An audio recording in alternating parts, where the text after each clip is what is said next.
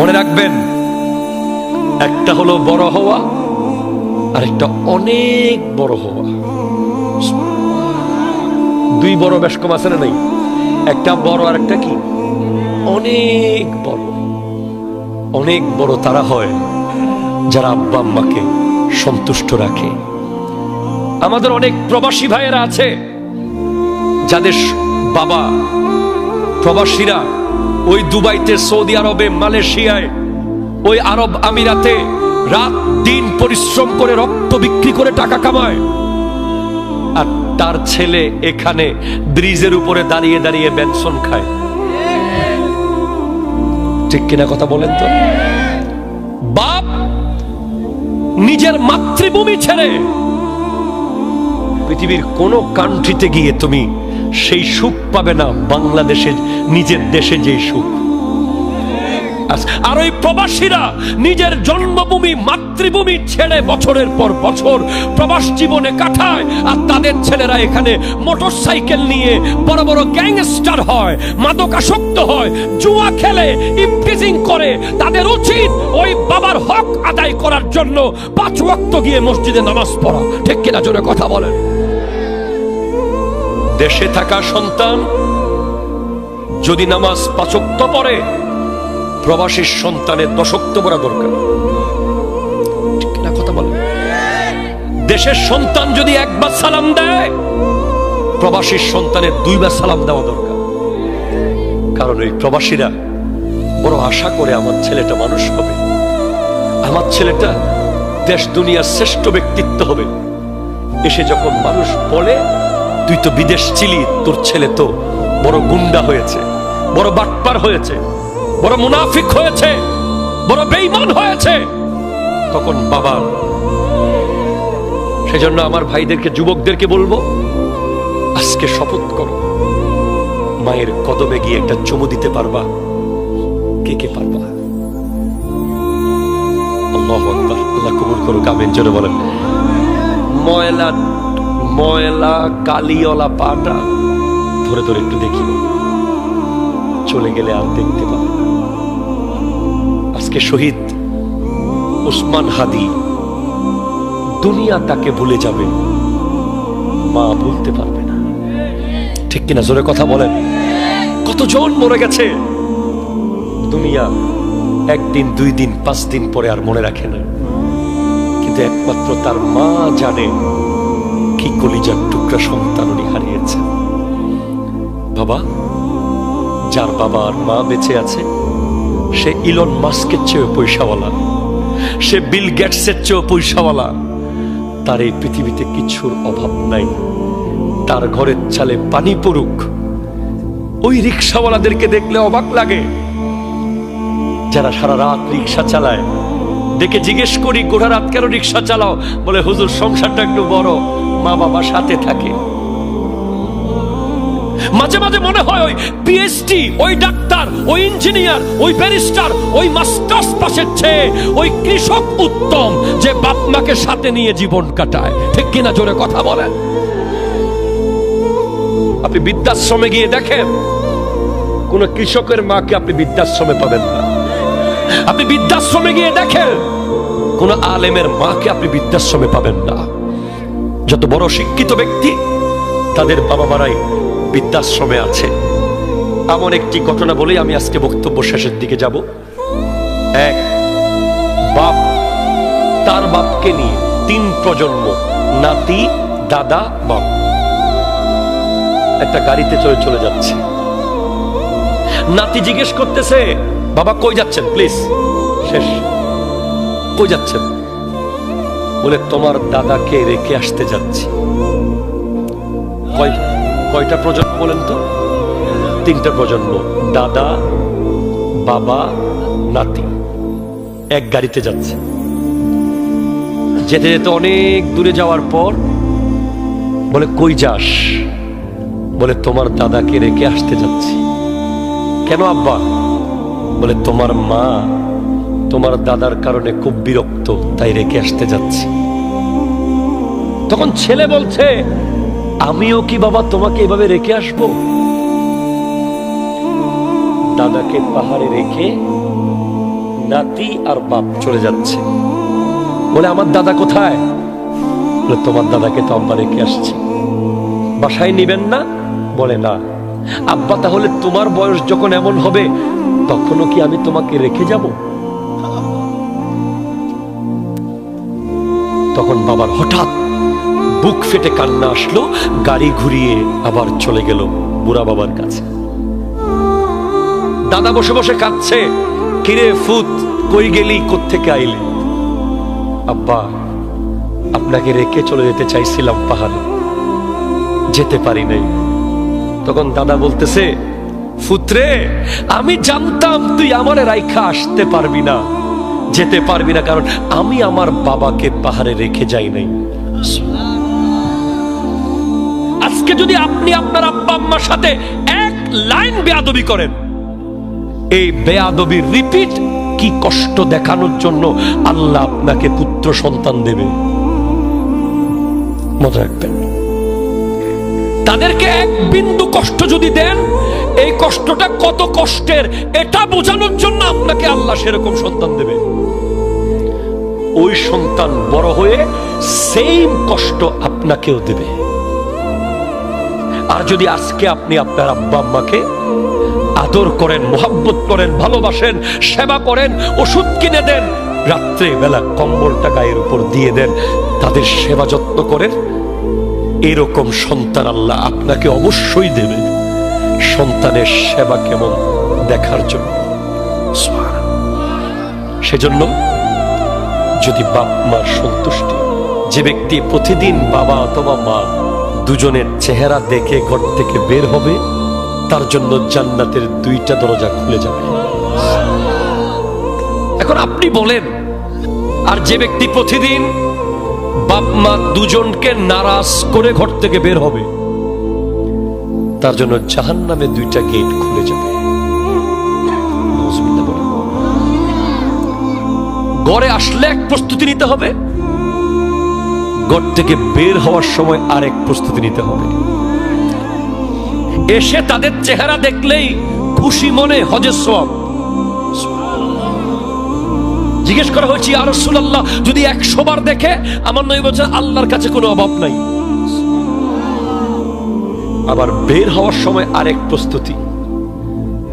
অনেকে আছে যে বাবা মাকে দেখা না করে বের হয়ে যায়, তারা মূলত জানে না মা যদি দোয়া করে দেয়, মাথায় হাত বুলিয়ে দেয়, ওফুত আল্লাহর আমানত।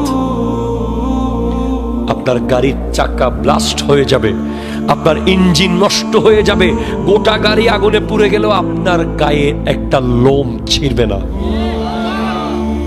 আমার নবীর কাছে এসে এক সাহাবা বলে, ইয়া রাসূলুল্লাহ আমি একটা কাজ হলে মান্নত করেছি জান্নাতের চৌকটে চুমু দেব। অবদ্দা সুবহানাল্লাহ হন না? আপনারা কি চরম বিরক্ত হয়ে গেছেন আমার উপরে? বলে, ইয়া রাসূলুল্লাহ ওগো নবী, আমার এই কাজটা যদি হয় আমি জান্নাতের চৌকটে চুমু খাবো, মান্নত করেছি।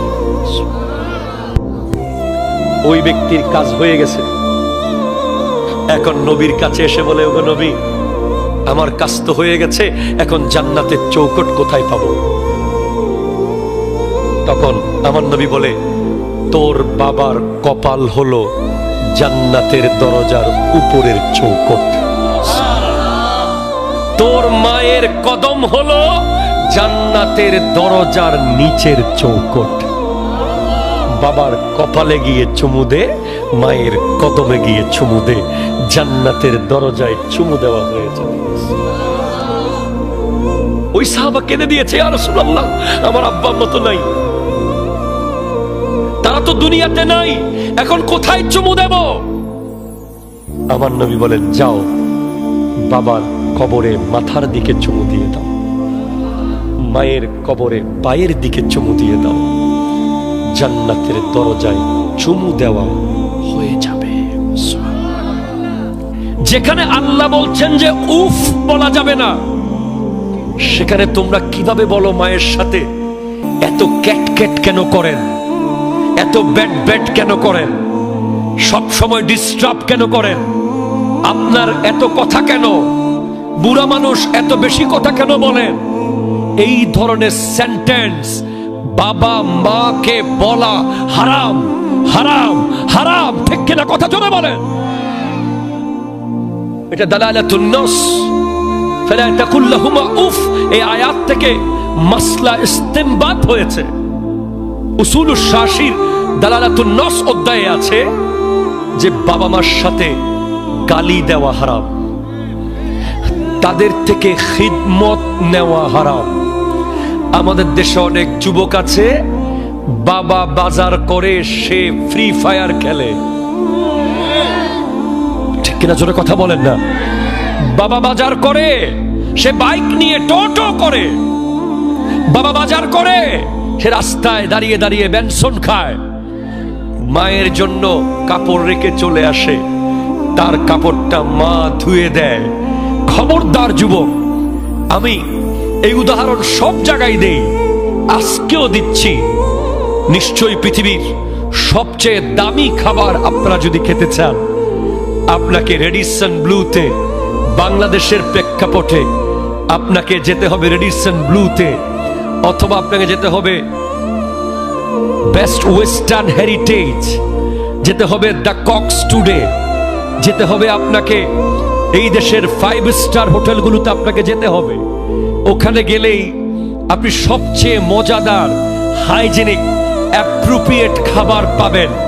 তবে আমি নিশ্চিত করে বলি, আপনি যতই দামি রেস্টুরেন্টে যান, আপনি দুবাইয়ের ব্রুজ খলিফাতে যান, আপনি আমেরিকার বিশ্ববিখ্যাত রেস্টুরেন্টে যান, আপনি নিউ ইয়র্কের সবচেয়ে দামি হোটেলে খান, কিন্তু আপনার মায়ের হাতের ছোঁয়া লাগা খাবার পৃথিবীর কোন রেস্টুরেন্টে পাবেন না। ঠিক কিনা? জোরে কথা বলেন।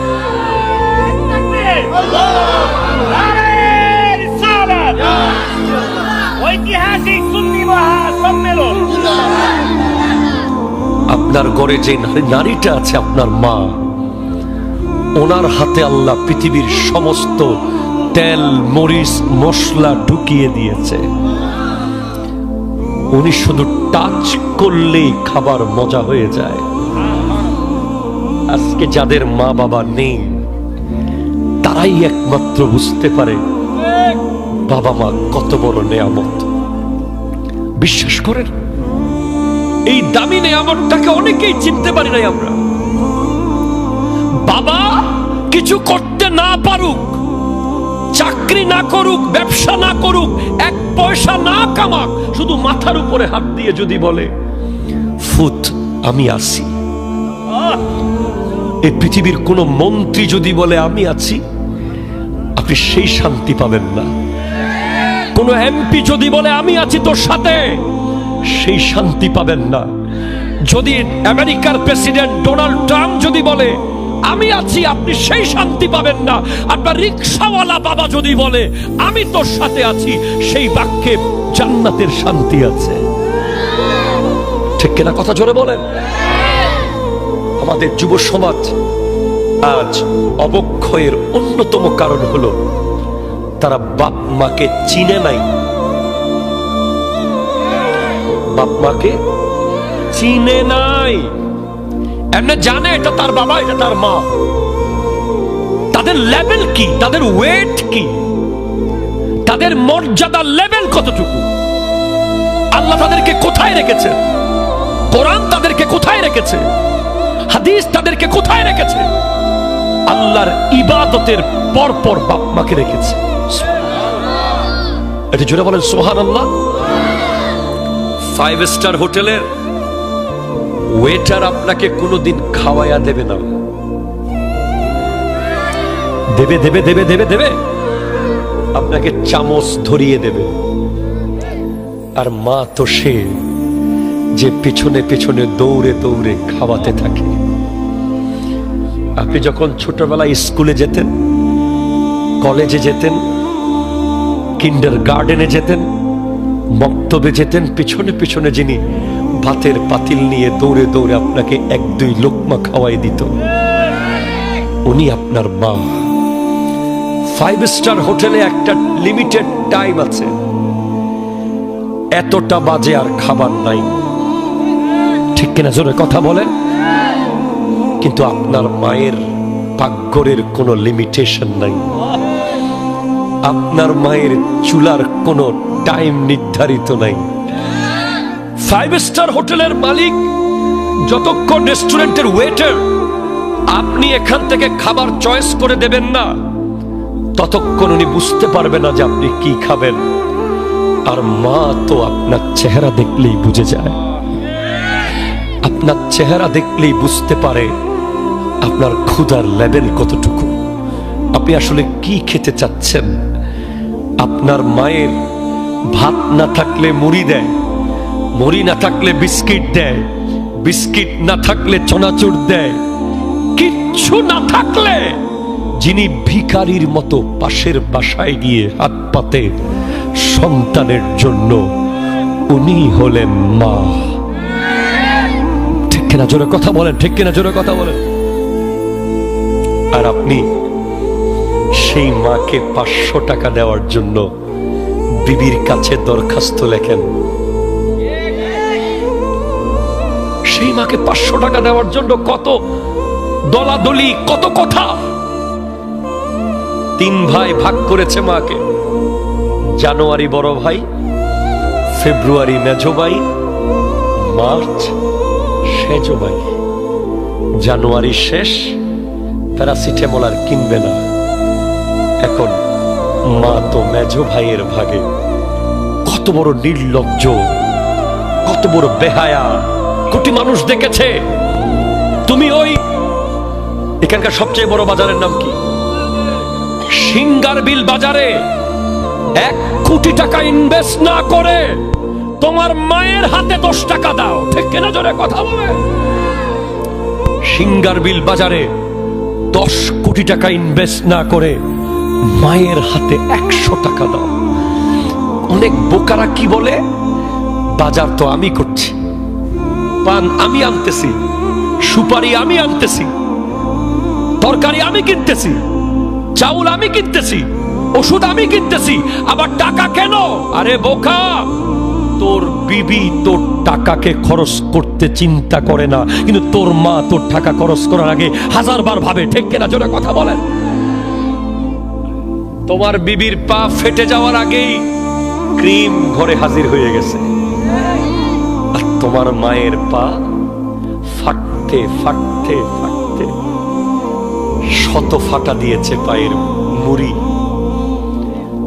তোমার মা কোনোদিন বলে নাই যে আমার জন্য একটা ক্রিম কিনে আনিস বাবা, বলে নাই, বলে নাই। আজকের দিনে আমরা আশ্চর্য হই, ঘরের রান্না হলে পোড়া ভাতগুলো যে খায় তিনি মা। মাছের পেটি কোনোদিন খেতে পারে না যিনি, ওনার নাম মা। মুরগির কলিজা যিনি কোনোদিন খেতে পায় না, পাক আর ঠ্যাং খেয়ে জীবন কাটায়, ওনার নাম মা। ওই মাকে আজকে রেখে রেখে কত যুবক বিবি নিয়ে দামি দামি ঘরে থাকতেছে। ব্যাকল, ঘরের সবচেয়ে দামি বেডরুম মাকে দে, জান্নাতের সবচেয়ে দামি বেডরুম আল্লাহ থেকে বুঝে নে। ঠিক কিনা কথা জোরে বলেন না। হযরতে মুসা আলাইহিস সালাম আল্লাহকে জিজ্ঞেস করে, আল্লাহ জান্নাতে আমার সাথে কে আগে যাবে? আল্লাহ বলেন, একজন কসাই। এত অলি, এত বুজুর্গ, এত বড় বড় ব্যক্তিত্ব থাকতে কসাই যাবে জান্নাতে? বলে হ্যাঁ, কেন? ওই কসাই প্রতিদিন পশুর গোশত বিক্রি করে মাথার মগজগুলো মায়ের জন্য রেখে দিত। রাতে এসে নিজের বউ, কসাইয়ের বউ রান্না করে দিত না, সে নিজে রান্না করে চামচ দিয়ে মাকে খাওয়াতো। মায়ের দাঁত ছিল না। শীতকাল এসেছে, এখন আপনার মায়ের গরম পানি লাগবে। ঠিক কিনা জোরে কথা বলেন না। আপনার বউয়ের মা না উনি, উনি আপনার মা। আপনার বিবি ওনাকে গরম পানি দিতেও পারে, নাও দিতে পারে। আপনার বিবির জান্নাত নয় ওনার পায়ের নিচে, ওনার পায়ের নিচে আপনার জান্নাত। সেজন্য বিবিকে বলার পরে যদি উনি না করে দেয়, আপনি নিজে করে দিবেন। ঠিক কিনা জোরে কথা বলেন না?